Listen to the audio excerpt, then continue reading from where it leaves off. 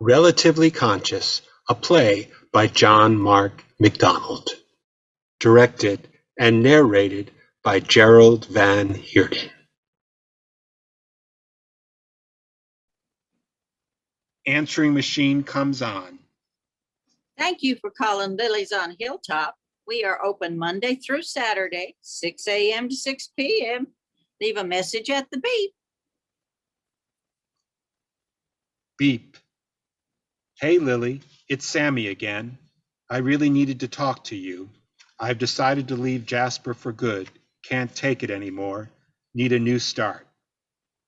I don't want to do this on their answering machine, but there's something I need you to know. There's something I haven't told you. It's about Roger. It's about me and Roger. I really hate doing this on the machine. Listen, Lily, I love you, and I need you to know that, okay? I never told Roger this, but it was me. It was me, Lily. I gave Roger the disease. I did it. I'm so sorry. Fuck, Lily, I am so sorry. I was actually going to tell her she should let you interview her, but I don't know. I don't know much right now. That woman means more to me than most anything in the world. If I'm honest, she probably means more to me than my own wife.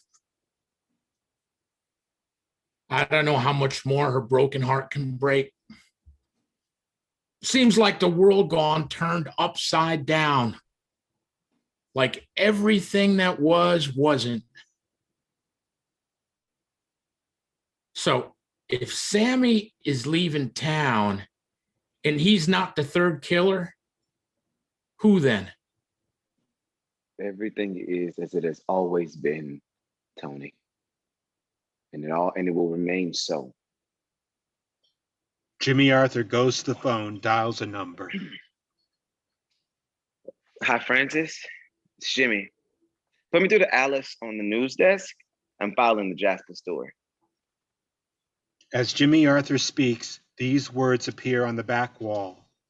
Love does not begin and end the way we seem to think it does. Love is a battle. Love is a war. Love is a growing up. No one notices. The words disappear.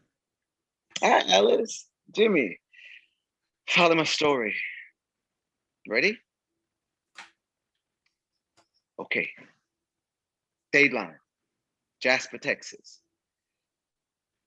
An African-American man by the name of James Byrd Jr. was brutally murdered early Saturday morning. According to the Jasper Police Department, at least 3 men lured the victim into the piney woods on the outskirts of town, where they proceeded to tie his hands together with chains, attached to the chains to the back of their truck, and dragged him several miles until his body tore apart. Authorities claim that all 3 suspects have been apprehended. A color picture of James Byrd Jr. wearing a Colorado Rockies hat projects on the back wall. As Jimmy Arthur speaks, the picture of James Byrd gets smaller and moves to the upper left corner of the wall and turns to black and white. You know what, Alice? Scratch it. Scratch the whole thing. Start over. I want to start the whole thing over. Jimmy Arthur speaks again. Every word he says appears on the back wall as he says them in newspaper format, wrapped around the image of James Byrd Jr. like an article. Dateline, Jasper, Texas. The most notorious mass murderer in this nation's history struck again early Saturday morning. James Byrd Jr., a Black man, was beaten, chained, and dragged behind a truck until his body split apart. The local authorities claim to have all 3 suspects in custody, but from the evidence available at this time, it seems likely that the mastermind remains at large.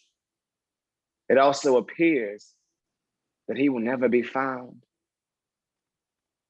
The gay child will die a lonely death because We can't bring ourselves to see his humanity. The battered wife will die at the hands of her lover because we can't bring ourselves to see her scars. The believer who believes in the wrong God will be condemned because we don't believe as he believes. The man whose skin tone doesn't match ours will be chained, beaten, and killed.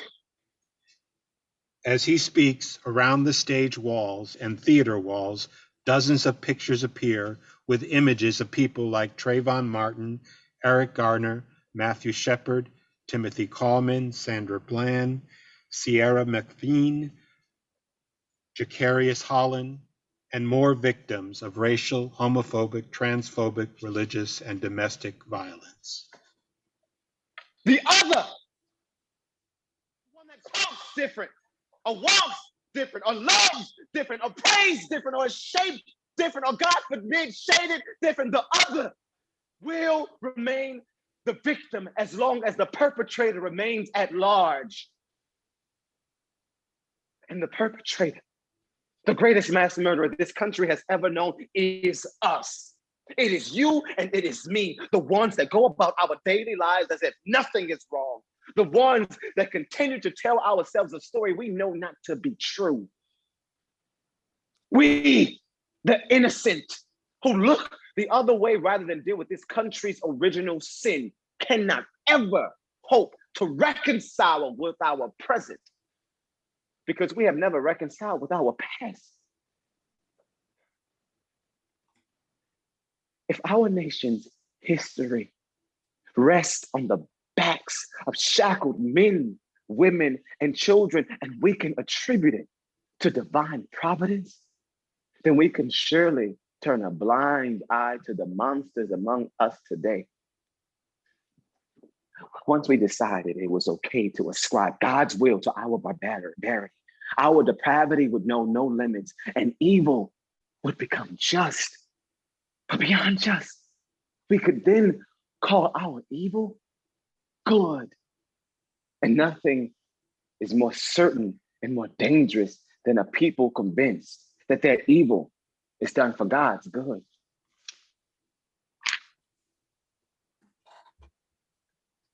We killed James Byrd Jr.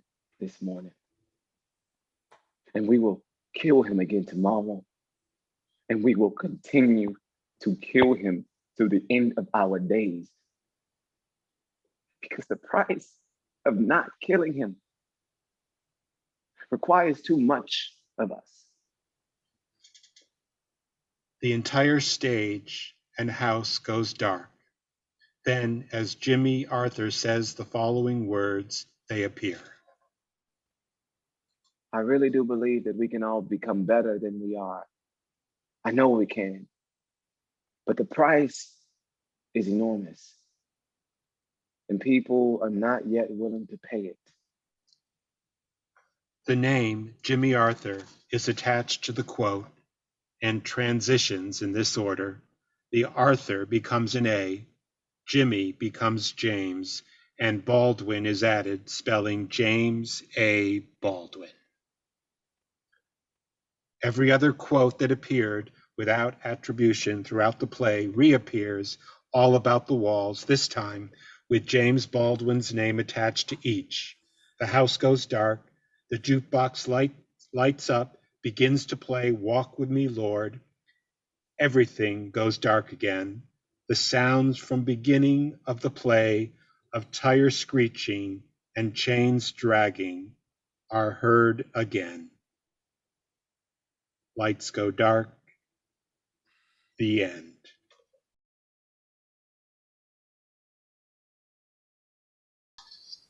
Mark A. Keaton, Preston Scott. Gary Ray as Tony P. Stanley Andrew Jackson III as Jimmy Arthur. Wynn Anders as Lily. Jon-Marc McDonald, playwright. Directed and narrated by Gerald vanHeerden.